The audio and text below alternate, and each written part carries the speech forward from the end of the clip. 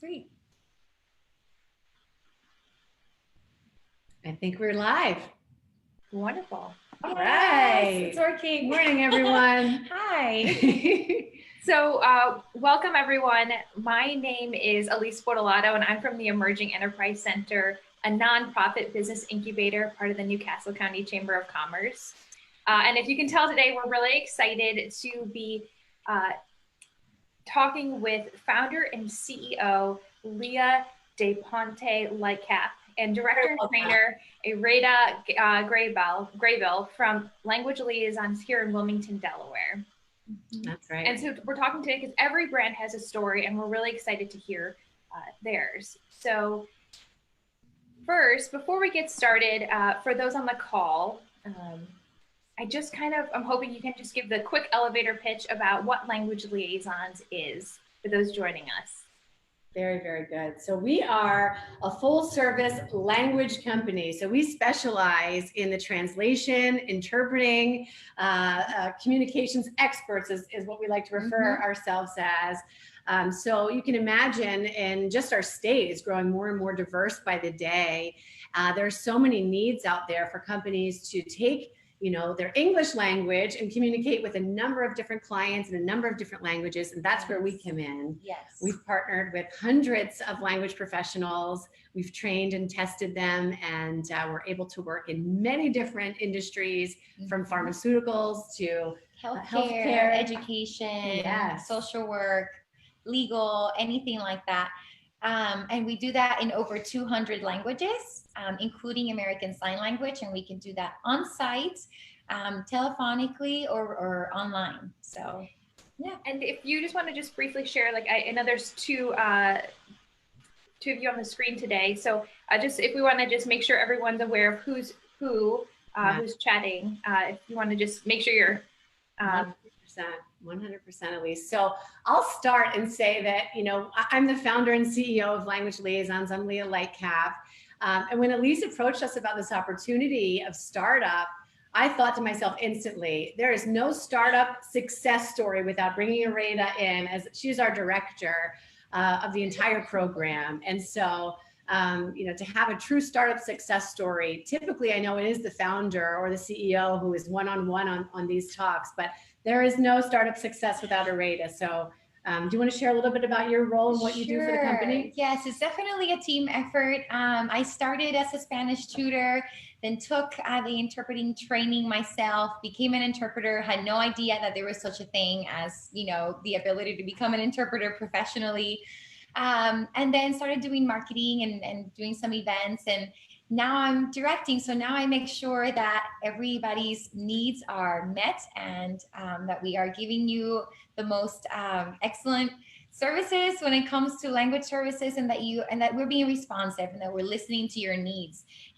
This is not a cookie cutter language agency. We listen to what you need, and then we provide you with the best solutions. So now I just do that. I take care of operations, and I take care of keeping the communication open with our clients and our team, our interpreting team as well. Wonderful. Well, now that we got all that stuff out of the way, I really really interested into learning a little bit about the person behind this brand that you've created. Can you tell a little bit about your background, where you grew up, and maybe the why behind starting Language Liaisons? Very, very good question. So I was born and raised in Delaware, but even given that, I've escaped so many times, right? I've been to about 25 different countries. I hope to get to at least 25 different more. Was a volunteer, was a teacher in different countries, just traveled for the sake of traveling, exploring, learning. Obviously very passionate about languages, and have studied several languages. I'm fluent in English, Spanish, and Brazilian Portuguese. And language has always been something very, very personal, very special to me. So my father came to this country. He was born in Paraguay, which is a country that no one ever really knows about, right? It's a small country in the center of South America. Believe it or not, my dad came to this country on just a tourist intention, right? Was just going to stay for about a week or two. And sadly was in a really awful car accident woke up in the hospital, had been in a coma for weeks, and did not speak English. So again, growing up and hearing that story time and time again, it just weighs on you to think about what that must have felt like, what that must have been like. And I do think subliminally that was always just something, that an injustice that I felt of how horrible to have a surgery and not know what's happening, or to wake up and be so confused. What happened to the people that were in the car with you? What happened to the nurse that was there yesterday taking care of you? Anything, right? And so the idea of that intersect between service and language has just always just been a part of me.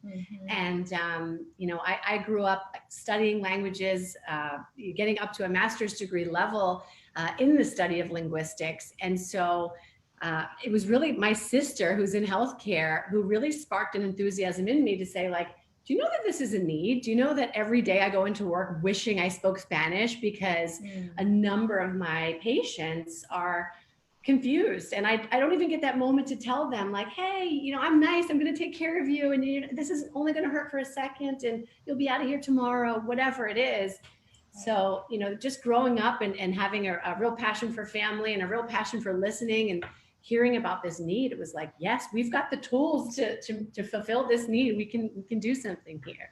That's wonderful. Yeah, especially being in the hospital, it's such a vulnerable state, and it's amazing how everyone's kind of background or life experiences can shape a lot of what they do in the future. So I feel like that's an important part for people to understand the why, or the why behind a brand, a person who created a certain brand. Yes. I know that so for instance, when your sister came to you and said, this is a real need, and was there a moment that you said, okay, you have this idea of going in and creating this interpretation in hospitals, or any other kind of company that kind of needs help in interpreting? When did you know it was worth truly pursuing as a business, or something you were going to take on as a business, and not just join a company that's doing it, but you wanted to start something here? Very, very good question. So I was asked by several different local companies to come in and just do a lot of, first it started as education, just one-on-one classes about conversational language and how we can break down this barrier. I ended up publishing some books, again, just voluntarily, as I would sit down and create worksheets and meet with my sister and her colleagues at lunch and to give them a lesson on Spanish for nurses or things like that. I just started to be asked time and again, can you come back? Can you come back next week? And I was doing it at the volunteer level, right? Just because I loved it.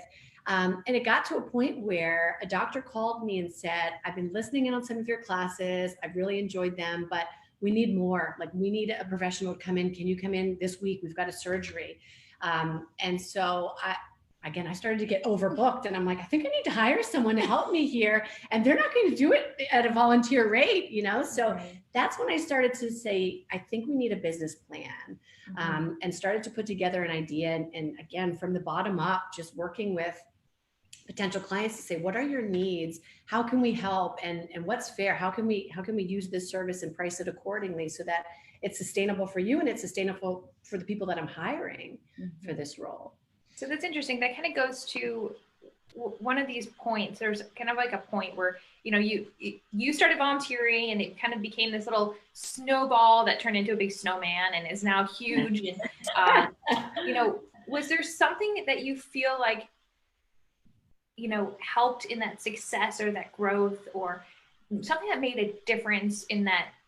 Now I know you're just adding one hire, but was there something that really helped in sparking that really big growth or that change in your company? Absolutely. She's sitting right next to me, right? So I will say, like, working with people who you trust, who you truly trust, right? Getting the right people on and off the bus, because we had some growing pains as a company, putting trust in hiring, and then not really feeling that trust and taking those leaps of faith. And I'll never forget, this was before we had an office even, sitting down with Areta and saying, like, I need to be vulnerable. I have some fears. I need to take a leap of faith, but I don't know if I'm ready for X, Y, Z. I'll never forget. She just looked at me. She's like, will you trust me? Like, I've got your back, and, let's take this leap. Let's do this. And it was that confidence of knowing we had the right people on our team to carry that towards our clients to say, you can trust us. We will meet your deadlines. We will deliver. We know that this is, when it comes to, pharmaceuticals, when it comes to healthcare, when it comes to education, this is some very important work. And we know that there's no room for error, right? And so having the confidence in a team that truly has your back and will speak up when they say, like, okay, we need to talk about this, and this is the way we should be, we should be approaching a client, an issue, whatever it might be. So for me, it was that moment of having confidence that our clients recognized, and they were like, let's give them more work. Let's they can handle this, right? And so that for us was our snowball moment. Definitely. Having some really, really high level clients just, completely having faith in us. So it seems that you talk a little bit about vulnerability with your team. Is that something that you kept going forward with to make sure you were creating that right team? What was those attributes that you felt you had that really helped build that team, the team you want, the team you trust? Was there something that you did or feel like you did that kind of helped in, that you can kind of tell other businesses or those who are starting businesses or those who are hiring that you felt was one of your, one of the attributes that kind of helped that? Was it the vulnerability? Was it the openness? What helped you develop that? What do you think, Irina? What would you say? I'll have to ask you that question. Yeah, I have a couple of thoughts. I think one of the things that really stood out is that as we were looking to grow the team, everyone that we were looking at were people that were already interpreters themselves. They had been in the field, they had gone through the training or had gone through even our own training. And so that really gave us the opportunity to get to work with that person for a good 40 plus hours, right? Before, stepping in and saying, hey, have you ever thought about doing this on the operations side? So everyone in our admin team and our operations team, they are qualified interpreters, down to our brand ambassadors. We have a new intern, and he went through the training, and we said, we just want you to take the 40-hour training, even if you're not going to interpret, so that you can understand what we do from the inside out. Because what we do is, we're not just looking for clients, we also are looking for these opportunities for great people, like great qualified interpreters. And so building our team, especially here locally in Delaware, we wanted to all of us understand what they are going through, right? What are their experiences when they're going into these offices? How do you explain your role? A lot of people don't even know what an interpreter is, that there are do's and don'ts, and that we can be confident in that. So we do train interpreters as well. We're one of 2 entities here in Delaware that are qualified and licensed to qualify bilinguals and multilinguals to be community interpreters, whether it's a healthcare focus or an education focus or even a legal focus. So I think that having all of us really understand what our product or our service is from the inside out has been huge. And from the very beginning, we've treated each other as family. Like, it is a business, and obviously there's like a professional boundaries and all of that, but I feel like from the very beginning we were like, we just connected, and that's the same thing with our ops team. Is small, there's 5 of us, but we're a group, we're a family. It's not so, I guess, cold. Yeah. So that's also been another, like, just a culture of the team has been really nice too. I feel like you just hit on really good points for those who are kind of tuning in and seeing how they can, you're taking time, like you said, 40 hours, your admin team was committed to really understanding your product. You invested in them for them to really fully learn what you're doing, and you're creating this. I think that's just such an important part. Where, have you ever been on an application and you see at the end, like, a bonus is like, it's really, a bonus is just if you like the field. And I feel like for you guys, you're putting that at the top. Like, you have to truly love this field, and that's really where you're kind of setting the culture. You're setting the standard or the bar very high for, like, you have to really enjoy it, like it, understand it, and then we'll bring you in, and that's how you're really developing a strong business, which I think is awesome. Absolutely. Yes. Yeah, it's not just a little bottom line byline that you're adding, but you're actually making it part of the whole process of hiring. Yes. Which kind of goes back to those challenges. And Leah, I'm sure you can kind of talk to this, is, you said you had a lot of growing pains. So a lot of companies your size, you start off small, and then you realize that there's just so much business, which is a good thing. But you do come up against some challenges, either cash flow challenges, internal leadership or learning challenges, how to scale, how to market, how to position yourself in the market, how to differentiate yourself, seeing competitors come in. That's a lot of overwhelming things. And I know I just threw a lot out there, but can you talk to any or all of those things that maybe you hit, and how you overcame them and, really took away their power to really make yourself more powerful? Absolutely. So I will say, sometimes we'll sit and we'll look at, where we came from, even the past 5 years of growth, and to see that expansion, it looks like it's easy, but what goes behind it, there are these terrifying moments, right? And so, some terrifying moments for us certainly have come up. And I think it's important to talk to the people you trust, talk to your mentors, talk to, say it out loud what's scaring you. Even be honest enough with your team to share what is scaring you, so that they can say, like, okay, that's a logical fear, but you remember we have this resource, and remember we have this other angle. So whether it came down to moments of cash flow, whether that was, we've always been pretty good at investing back in the company what we're earning, right? So we've subsidized ourselves, and we've been very, very smart with, taking calculated risk, but not irresponsible risk. So we haven't had too many terrifying financial moments, knock on wood, because we have been very fortunate in that regard. But there have been moments of panic, where you say, okay, we need to pivot. We have a pandemic here, and everything is turned upside on its head. What are we going to do? And I think rather than kind of hiding behind those fears, or keeping them inside as the CEO, being open about them, to say, like, okay, let's sit down and talk through some of these emotions. And let's remember, we've gotten through some really challenging times before. And if we can remember that, I have a small poem I keep on my desk, and it's just this reiteration of, I shall succeed. Failure may be whispering in my ear, but I'm going to keep pushing, because at the end of the day, we'll get through it. Right. So whether that is, working through challenges, it's just, it's keeping that in mind. And I think that really prepared us for what we're dealing with right now, the pandemic and all of that. I think that, we had been talking about things like technology. Let's bring in the technology, because we were, for a while, very specialized and focused on providing certified and qualified on-site interpreters, so in person.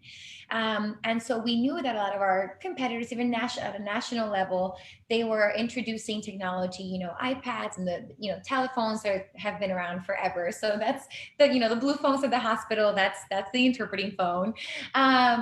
But for us, we were like, this is our niche. Like, we are the best on-site interpreters. That's what we provide, right? And as we were looking at the needs here, especially in our state, like down south, we had community leaders from the deaf and hard of hearing community reach out and say, we're having a really hard time finding interpreters, American Sign Language interpreters that are certified, that know how to do this professionally, that can stay in their role and respect my communicative autonomy. Because that's a big thing, that you're not taking people's rights away. You're just being their voice when you're interpreting for them. And so we started to test with American Sign Language with our technology about, I don't know, 3-4 months before the pandemic hit. So it was really nice that because we had talked about these challenges and these, not necessarily fears, but like, we just didn't think it was a thing. Yeah, a little bit of a resistance. We tried something, and then the pandemic hit, and we were like, okay, now we know kind of what to do. So let's just jump in with all the other languages. And so now we are able to say that our online and telephonic services really are nationwide. And so we're just so excited about that, and about our online interpreting platform, and just the growth that we've seen, just because the conversations happen, from the beginning. Where's the need? Where's the fear? Where's the resistance? But what are the solutions that we can find together and test and see if there is, growth there? And so we were more ready than not when the pandemic hit. And so I'm so grateful for that. So what I'm also hearing, just for those who are for tuning in is this idea of testing, which I think that a lot of companies, it doesn't have to be an all-in. It could be a little piloted test. See what works, see what doesn't work. It allows you to pivot faster, especially a small company can be a little bit more nimble. So I feel like that's a really good point that I'm hearing is, testing.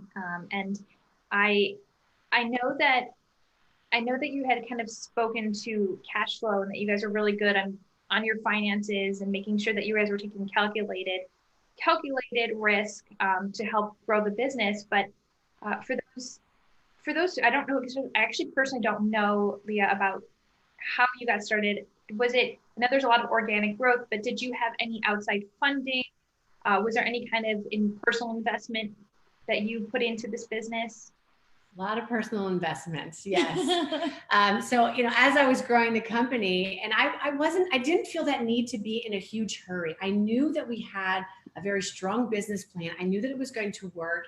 And I also recognized that in the world of, written document translations and in interpreting, that the nation was kind of catching up to the importance of it. So I didn't feel this need. And if I did feel that need, I would have gone the route of seeking funding. But I felt like I was growing at a pace that was just above the curve, where our state even was like, okay, like these signs need to be in another language because there's a huge population here. Mm-hmm. And then I was like, I'm right here. We're ready to translate those signs, right? Mm-hmm. And so whether that was a small project or, a full care manual from an oncology center that had to be translated into several different languages, right? Knowing that, I didn't want to grow too fast and be so equipped and ready and not any clients ready to use our service. So the way that it worked was really organic. And I put a lot of personal investment. And again, anything that we made, we were investing right back into the company. And so I think, where a company might say like within 5 years, they grew X amount, and we're celebrating our 16th year. Wow. Yes. But we grew again, slowly and surely, which that fits my personality. That's more, I'd rather kind of win the race that way and say like, we've really taken a look at everything in front of us and we're ready for the next step. And as Rita mentioned, now we're on this nationwide, we're ready for that, right? So we've got the platforms in place. Where again, this is the second time we've been in the same room together in 4 months, right? Where typically, our professionals were going in to mm-hmm. offices, to centers, and now we know that may not be a reality anytime soon. So to have that video remote capacity has really allowed us to extend our footprint. The same with translations and scheduling all of this. So the more business we received, the more we realized we needed a robust platform. And like you said, Elise, the testing came in critically, right? Mm-hmm. So we tested certain platforms and we thought they might be the right one. And then we realized through trial and error, we needed something better and bigger. Mm-hmm. So we've grown that. We've really grown logistically over the past, I would say 3 to 5 years. Definitely. Streamlining, again, I credit Areta for all of her organization streamlining, but all of our systems so that, when a professional athletic, very well-known local athletic team reaches out to us and says, we need your help, they are very impressed with our level of organization, everything, and trust us to give us the business, because everything from scheduling to billing, to creating an appointment, whether that's, a telephonic or if it's video remote or if it's a document translation, it's seamless mm-hmm. because we've taken these steps. And I think that too, something that helps with,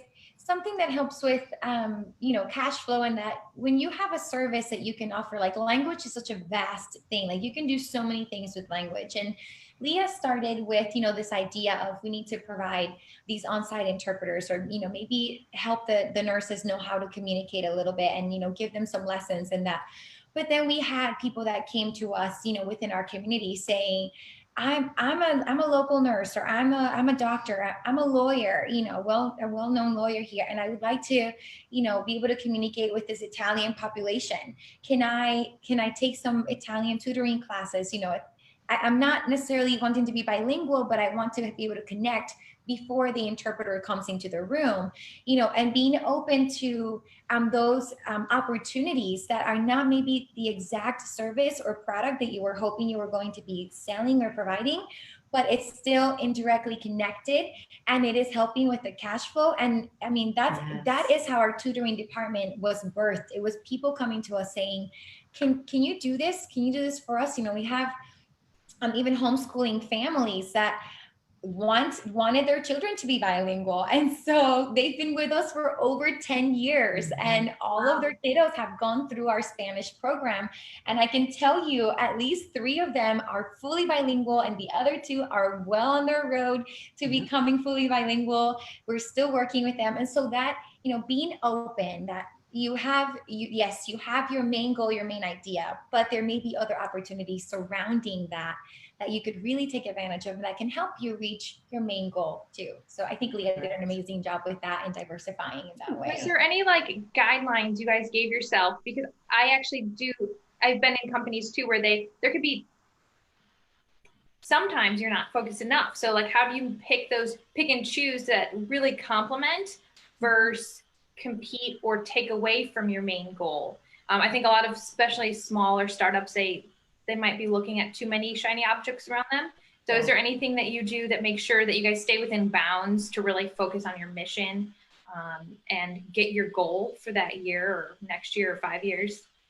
I think, like you said earlier, right, it's focusing on being that clear voice and that true voice for our clients. And because that can take on so many different shapes, right? So we're here as the communication experts, whether we're working with a surgeon, whether we're working with a company, who wants to cover OSHA standards and needs that voice translated or interpreted. We're there as the clear voice. And that seems to be our niche.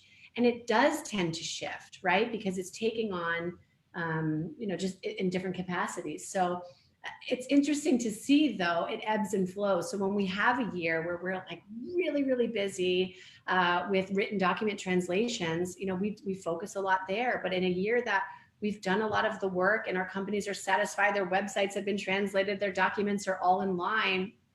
Interestingly enough, next on their list is, let's bring some, we'd love to have you come in and train our team on how to actually be bilingual interpreters, because that's something else that we're able to do. So to extend our reach, we have several times a year that we give interpreter training. So a local hospital that says, we have bilingual staff. And you always say, just because you have 2 hands doesn't mean you can play the piano, right? Just because you speak 2 languages doesn't make you an interpreter. Yeah. You need to go through a training, you need to be tested. So, certainly it does. I see, to your point, that, we want to have our niche. Sometimes I worry if our niche was, let's say, just written document translation or just interpreting, that during these rocky times that we wouldn't stay afloat, right? So I am thankful that we've diversified, that, sometimes it is, wow, our tutoring, our phone will not stop ringing, right? Especially the time of the pandemic when everyone is home and they say, we've really been thinking about, studying as a family, Japanese, right? And they'll call us and we'll say, sure, we can work together on this. Let's put a plan together. I love that. So you kind of have those, a little differentiation, or not differentiate, diversifying. So it really does help you kind of move with the changing environments.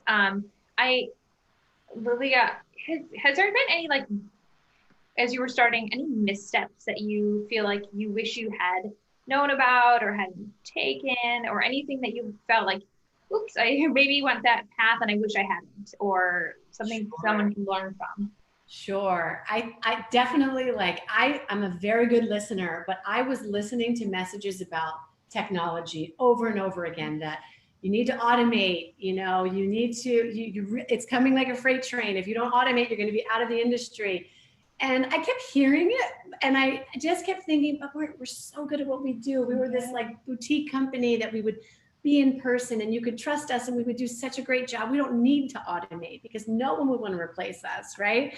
And that really was a wake-up call for me. And even when my team was being honest and telling me, we really need to go video remote, that people are going to want video remote. And I was resistant. And kept talking to our strengths as, well, we don't have to go video remote. I was wrong. I'm happy to say that I've accepted that, right? And I'm glad that we've taken the leap now, because again, it's expanding us to offer nationwide services. We're not just a tri-state area business any longer. Right. We can serve clients all throughout the nation, and even the world if they need us, right? Mm-hmm. So I think it's listening, but really listening. And, I can't tell you how many times even mentors were telling me, mentors in the field that were like, your company's great. You really need to get online. You really need to be able to offer video remote services and telephonic services. Mm-hmm. So I think I was a little slow in catching up to that curve, to be honest, but we're there now. And I think that part of that, again, going back to one of those first questions, we were able to have those conversations because of the culture of our team. It was never like, oh my goodness, I need to talk to my boss about this. And I was never like afraid to say, hey, we should really start considering this. I've done some research. Here's some ideas. What do you think? Should we test with this company? Having that culture, that family culture from the beginning really helps to have those conversations where Leah was being vulnerable with us in the beginning, and we could also say, hey, we're noticing these things, and she could receive those messages well. And so something that we've really taken to heart going online and telephonically is we want to educate our clients to know, when is it appropriate to have an on-site interpreter? When is it appropriate to have an online, an iPad there? When should it just be a phone call instead of just saying, well, you know what, this is more cost effective, so we're just going to do the telephones. Well, that's not going to give you the ratings that you want. Your patients may not be as pleased or satisfied with their care if that's all that you're offering. So we have taken that upon ourselves because of our conviction that we love to provide the best service, and we know the best experiences with an on-site interpreter. But at the same time, we want to grow, but let's do it well. Let's educate our clients. Here's some tools to know, when you can use each of these services. And they love that. That's been received so nicely. We just recently signed with a new client that was really pleased that there were options, and that we were willing to help them navigate that process, because they had no idea. They never had language services before in their clinic. So yeah. Nice. I think that's important, finding, doing it well and doing it right when you're kind of making some of those changes. Leah, you keep talking about your mentor. Was there a specific kind of, how did you go about finding a mentor, maybe the right mentor? Did you guys go through a few different mentors? Do you have a few different mentors? Do you want to speak on that a little bit? I do. And I should shout out some of them. I'll shout the two that are most close to me, of course. So I'm the daughter of an entrepreneur myself. I'm the wife of an entrepreneur. I think I just got this, this business mindset coursing through my veins, right? So I have to shout out my father and my husband as two, close to home mentors. But certainly, I think it's important to find specialists in what's important to you, right? Mm-hmm. So, I've sat down actually with a lawyer that we connected through with the chamber, with a wonderful lawyer, to sit down and just say, can you mentor me a little bit on what you think of XYZ?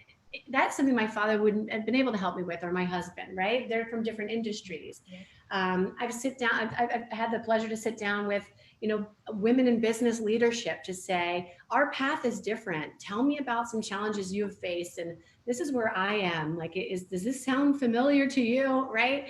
I think it's important to just always be on the lookout for someone to say, like, they have wisdom. I sense that. And I want to sit down with them and talk with them. And it's about giving back and keeping an eye out for others that you can mentor. Right. So certainly always open to those conversations, and always keeping an eye out for those moments. Which is exactly why we're having these startup stories. Because I feel like, it's really, there might be someone in Delaware or looking to start a business in, kind of your field, and wanting to maybe reach out and get to know, who's in your field, who they can learn from. So I think these are important conversations for the community to have. And which kind of gets us to the next and final question that I had for you guys is, it's just, what was the best advice you've received, or what you feel like would be the best advice you'd give to other